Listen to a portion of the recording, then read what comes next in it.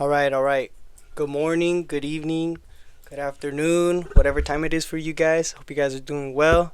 This is gonna be my first video ever, so let me know how I can improve. And this is going to be just about like the vinyls I've collected so far. I really appreciate the physical media aspect of it, and some of these artists I've been looking up to for a long time. So I think it's pretty cool because the the vinyls that I've been collecting. I'm not saying I'm stopping yet, but I have had a lot of fun with just delving into it. And there's a lot of people who have actually been trying to sell me their vinyls. So if you guys are some people who are trying to get rid of some vinyls, I'm still looking for some, and I'll link them down below, the ones that I'm looking for. So that's before further ado. Let's do it. All right. So I got this bag back here behind me. It's a little weird, but I start taking them out one by one. Big controversial right now, but I got my boy Drake right now, and so far what you'll notice is I haven't taken out any of the plastic. I don't know.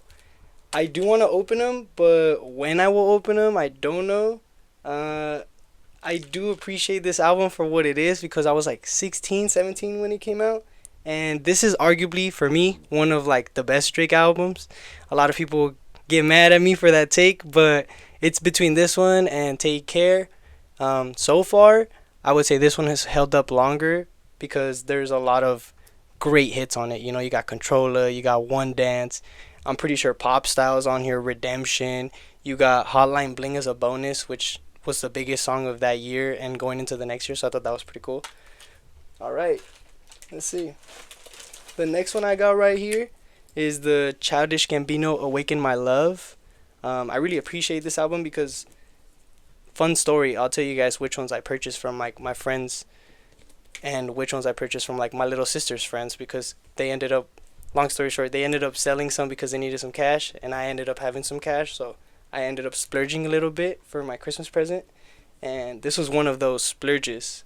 I really appreciate what he did with Redbone, and my favorite song off of this album was Baby Boy. Such a great song. I think to this day that one's still one of my favorites off of any Childish Gambino songs, you know. And Oakland, you know, that's a throwback, but real ones know. This is such a great album. It's really slept on. And I went to Target recently, and I saw that they had this 10-year anniversary going on for J. Cole, which is kind of crazy, making me feel status right now because it is the anniversary edition. It's crazy to think that this came out in 2014.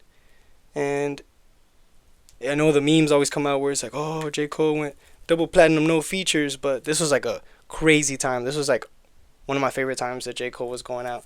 And I think it's still crazy how like A Tale of Two Cities is so sick. The beat was super sick. I like how he really went into like a introspective type of thing where he was going back to his roots, trying to find out who he was. And it's so cool. I'm glad that this is like a stepping stone for him that just propelled him into what we know as today. So I think that's pretty cool. It's my only J. Cole album too, so I'm trying to purchase more of those. Those would definitely be cool in this selection. Ooh, my boy, he just dropped an album today, matter of fact, so I think that's pretty cool. He just dropped it. I just finished hearing it, and the vinyl sold out today in the morning, so I was like, damn, like I can't believe I didn't get it, but hey, it is what it is. The Flower Boy album is probably like a lot of people's favorite. I don't know why. There's a lot more diverse albums that Tyler's created, but there's different fans who meet him at different points. So I think I understand why, because there's a lot of memories attached to this album. A lot of people will say Igor's their favorite. A lot of people will say Call Me If You Get Lost is their favorite. A lot of people will say the Don't Tap the Glass new album is going to be their favorite. Chromacopia, you know. So I definitely agree that you can appreciate an artist for what they did and what they will continue to do. And this is definitely one of those things where I really appreciate it. I got the poster up top because I love my boy. He's super lit.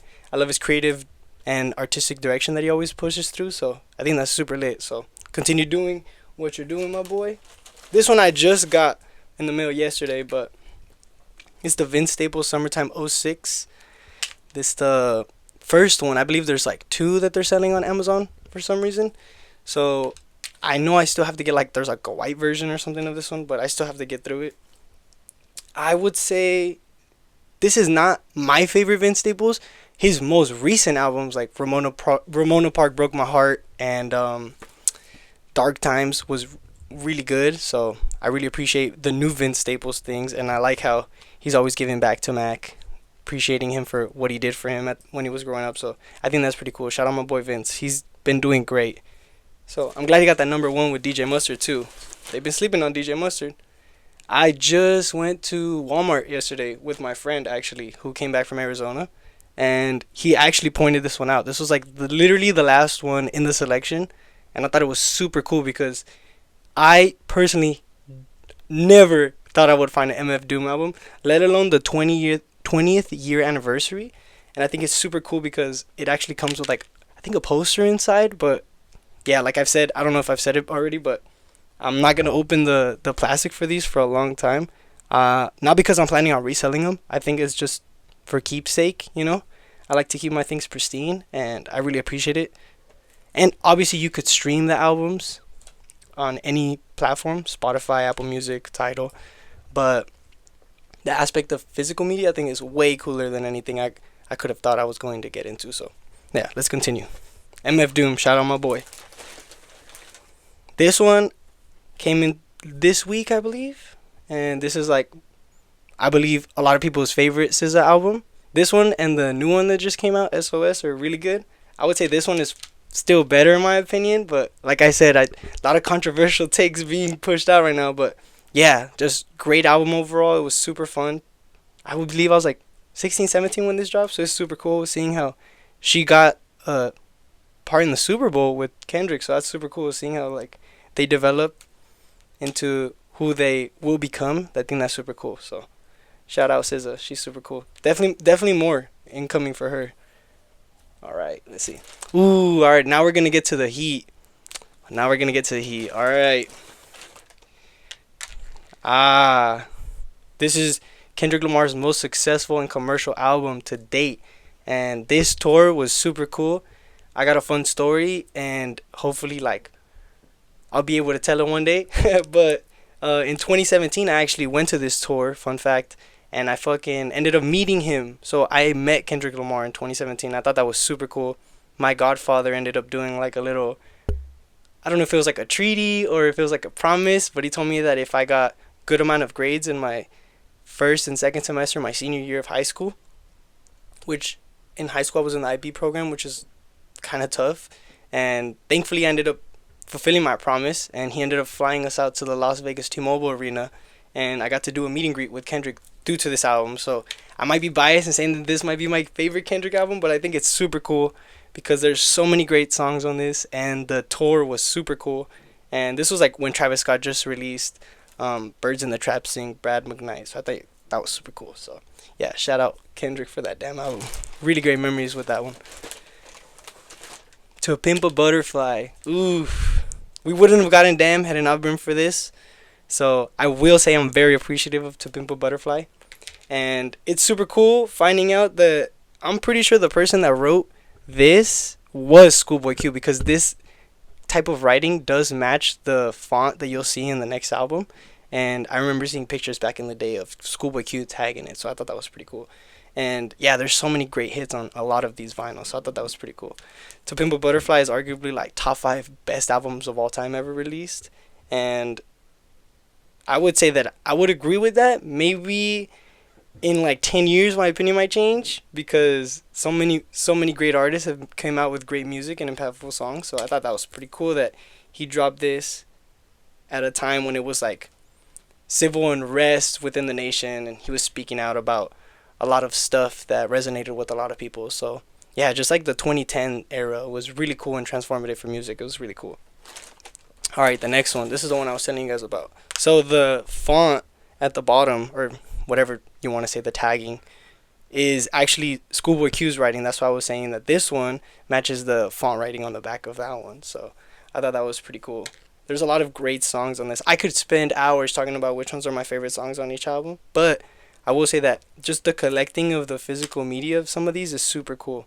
And I'm really enjoying it, and I definitely think that the more that you look into rap especially, or whatever type of genres you listen to, because I'm mostly like rap, hip hop, maybe some R&B here and there. I think it's super transformative because you really look into these artists and how they develop, how they grow, and I think it's super cool because most of the time they would drop something that you really grasp and appreciate at that moment. You'll listen to it a few years later, and you'll still remember that first time that you listened to it, alongside having a new sense of music because music's always changing and there's new music styles coming out. So I think it's super cool. So it's a little tangent, sorry about that, but the latest GNX album from Kendrick, this one was the one that he got the Super Bowl bag with, so I thought that was super cool. And shout out my boy Kendrick. He's been on a heavy one this past like 2-3 years. So I'm proud of him. You gotta continue to grind. As a fan, I'm really happy of seeing how he's progressed. So yeah, shout out my boy Kendrick. He's doing great. Ooh, this is the only one where I said that I know I don't open the plastic, but this one came like somebody chewed it out the side. Like damn, what? I don't know if you guys could see that, but it's like a little bitten. Yeah, like they got a good amount of it out of it. So I think this Tiller album is probably like my favorite one. I don't know, that Self Made is really good. Not Self Made, excuse me. True to Self is really good. And I also appreciated Anniversary, but this one is probably the best Bryson Tiller album. Overtime is probably like the one song I think I bumped the most. Maybe Rambo, Let 'Em Know, something like that. I think those were like always in the rotation at the time. But yeah, this was great. And obviously Don't was a great song. It's funny how a lot of people, when he first showed it to him, when Bryson first showed that song to a lot of people thought that it wasn't going to be as big as it was and they didn't like it. So he actually was hesitant of dropping it. But looking now, hindsight 2020, I think it's like one of the greatest decisions he ever made because he became as successful as he did because of it. So I thought that was really cool. All right, let's continue with this. This is one of the ones that I bought from my little sister's friend. And it was super cool because he still kept most of the rap too. So I thought that was super legit. But the vinyl cover arts of some of these are really cool. And this was like when Travis Scott was barely blowing up. I remember there was Days Before Rodeo. Rodeo was like the let's say the cliff, but Days Before Rodeo was that build up where you were like, wow, let's see what he can do. So yeah, the success of Travis and him selling out arenas and still doing great on like Utopia and the Jack Boys 2 album that just dropped. I mean, that's super awesome. So let's hope to continue to get great music. You know what I'm saying? That's all I want. All right, the next album that I got right here is an A$AP Rocky one. This is actually my only A$AP Rocky one. I was looking at some online yesterday, matter of fact, and I was thinking of buying the regular one for this one alongside it because I want to actually maybe listen to this one as like my first one that I ever listened to in a vinyl record player, because I actually don't own one personally. Like I just have my godfathers that I've spun records with that are his, but I don't personally own one. So I would definitely like to bump a Rocky album for my first one. That's super cool. Most of my friends, we have great memories bumping Rocky songs, so I thought that would be pretty cool. And yeah, super sick album, and I really appreciate Rocky because before this he didn't have no Rihanna baby thing or anything. So I thought that was super cool that he's grown up and he's developed. And I'm waiting for Don't Be Dumb. So just like other rap fans, we're waiting for it. All right, so I'm not saying these aren't grails, but I will say that the ones that I will show you right here, I'm more appreciative of. So all right, now we're gonna transition over here to this side. I got them in boxes. So these are the boxes that most of them came with.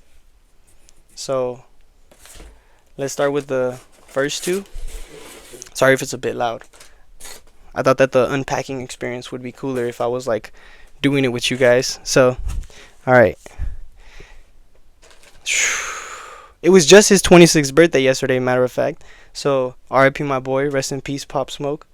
To me, he's one of the greatest artists of my generation, and a lot of people will bash me on it, but I'm willing to die on that hill. I am a Pop Smoke fanatic. I love my boy's progress that he made in the rap game for a short amount of time. He's only been in it for like 2 years, and he passed away, sadly. So I very much appreciate everything that he does, and I'm glad that his mom's and his foundation is still going strong. So I strongly recommend you guys go look into that. yeah, but these are super sick. I'm so glad I got these. So this is my Meet the Woo 2 vinyl, and I think this one's probably, I don't know. Ah man, it's so tough to say which one's my favorite Pop Smoke album, to be honest. But I will say that this one has a lot of great bangers on it. I can't even say enough of it. I would say that Invincible's probably like my most played track of multiple years, and I definitely think that She Got a Thing, Mannequin were just great songs as well. And yeah, just it's crazy how he dropped this album, and I believe like not even 2-3 weeks later he passed away, and he never actually got to see the next album that I'm about to show you guys. He never got to see that this fully released, but he did work on it and before his passing, and I thought that was really cool that he was able to release such a great album. This one really encapsulates like what he could have became. This is such a great album, and I'm glad 50 Cent did what he did, and he was able to step in for Victor Victor because he wasn't able to finish it for him. And I thought that it was really awesome that Pop Smoke's legacy continued to live because of 50 Cent, and I'm glad that 50 Cent was able to meet him before he passed, because they were like son and dad combo. So I thought that was super cool, and it's really awesome that 50 Cent, his last name is Jackson, and it just so happens that Pop Smoke's last name is Jackson. So I thought that was really cool, and it's like they were made for each other. All right, the next ones. All right, let's see. It's like a game with me too, you know. Like I forget which boxes are which, but I just know that I have some grails on here. Hopefully I ain't spoil these. Hopefully I ain't spoil these yet. I want to do the review in camera. All right. So this one is The Divine Feminine by Mac Miller. I actually have this one tatted on me.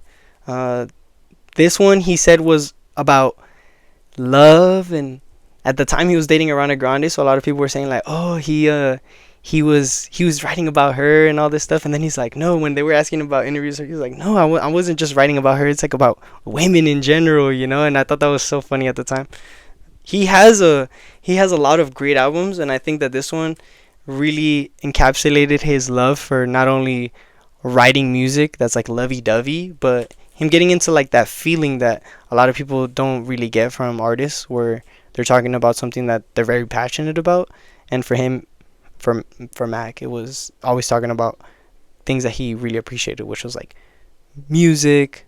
He loved loving, and he loved his cigarettes. Don't forget that, you know. But yeah, shout out my boy. It was a great album.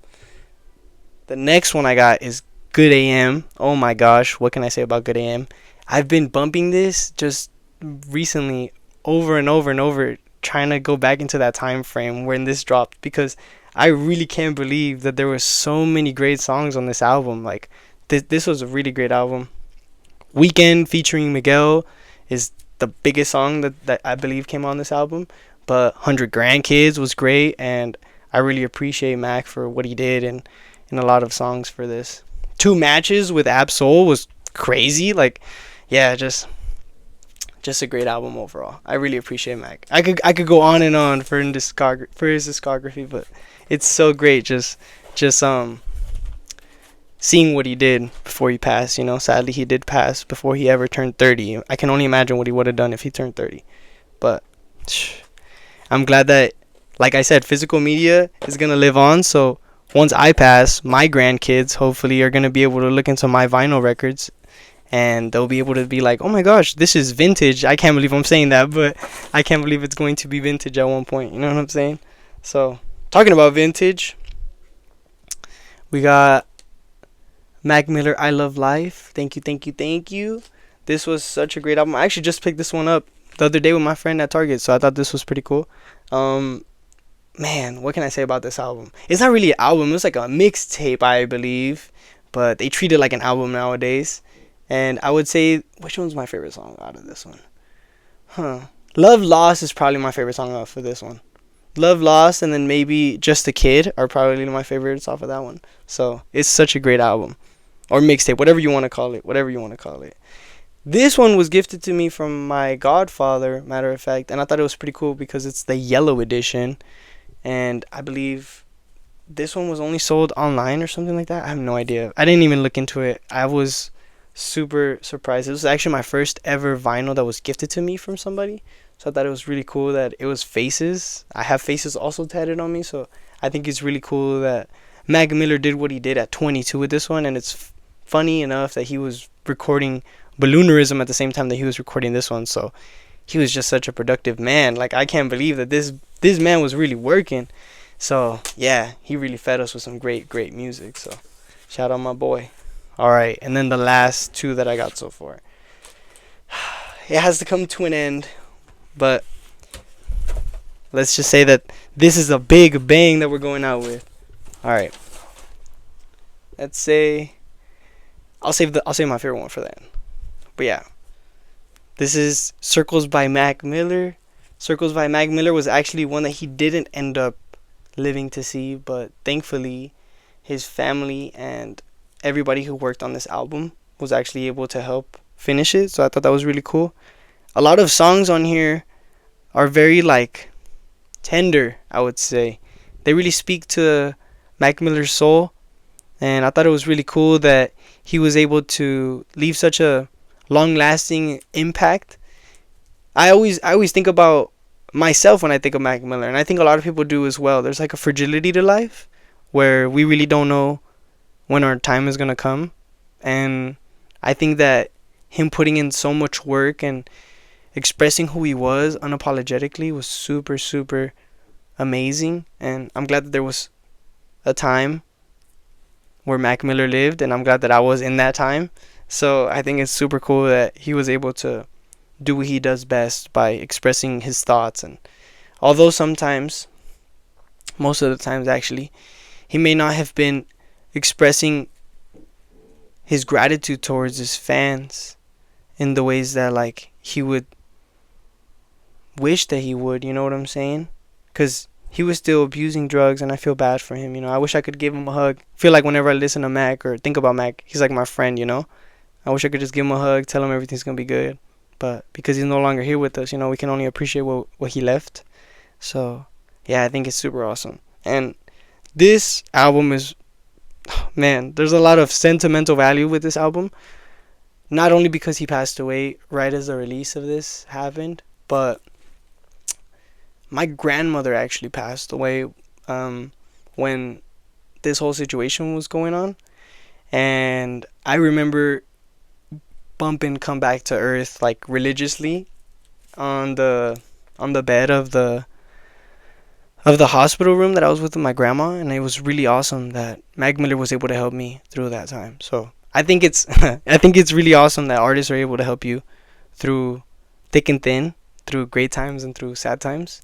So yeah, like it's great that he was able to live and make such a long lasting impact on like everyone that he was able to touch. So yeah, like this is my vinyl collection so far. I know it became a Mac Miller little rant at the end, but I love my boy. I'm wearing his shirt. I feel like for this being my first ever video and me showcasing everything that I really appreciate about them, it would let you guys into something that I really appreciate as well. So if there's something that you're passionate about, I know it's gonna sound corny, but I mean, hey, somebody has to be passionate about something, and let that be you. You know what I'm saying? So focus on yourself, focus on things you like. As long as they don't hurt nobody, and you're still staying 10 toes down and doing what you like, just keep being you, you know, and everything else will fall into place. You know what I'm saying? So yeah, I mean, let this be known that this will be my first video, and I'm hoping to continue to post more. Did my little setup. Hopefully, let me know how this sounds, if the angles are good, if you guys want to see anything else. But yeah, I mean, I don't know what else to say. I mean, I really appreciate anybody who stayed tuned in and was listening. I'm going to try my best to continue to improve. And yeah, thank you guys. Signing out. Deuces.